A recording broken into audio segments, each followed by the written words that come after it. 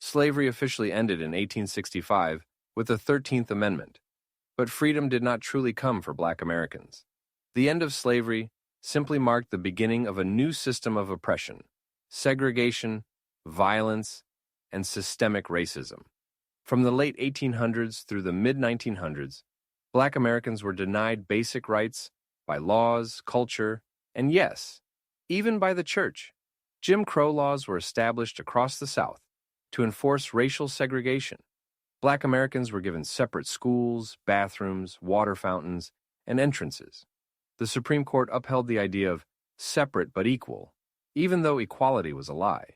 Everything was separate, but nothing was equal. And where was the church?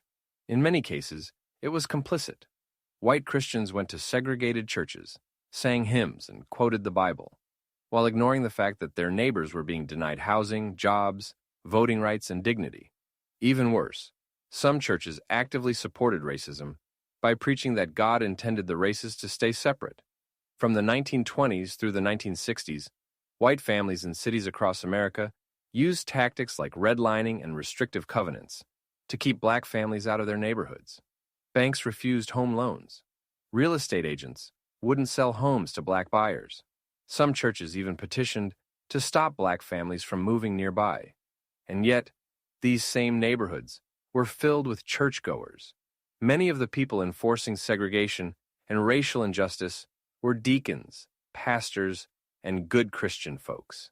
James 2:1 says, "Show no partiality as you hold the faith in our Lord Jesus Christ, the Lord of glory."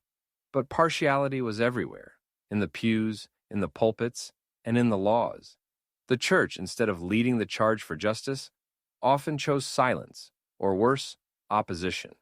When the Civil Rights Movement began, led largely by Black pastors and believers, many white churches didn't join.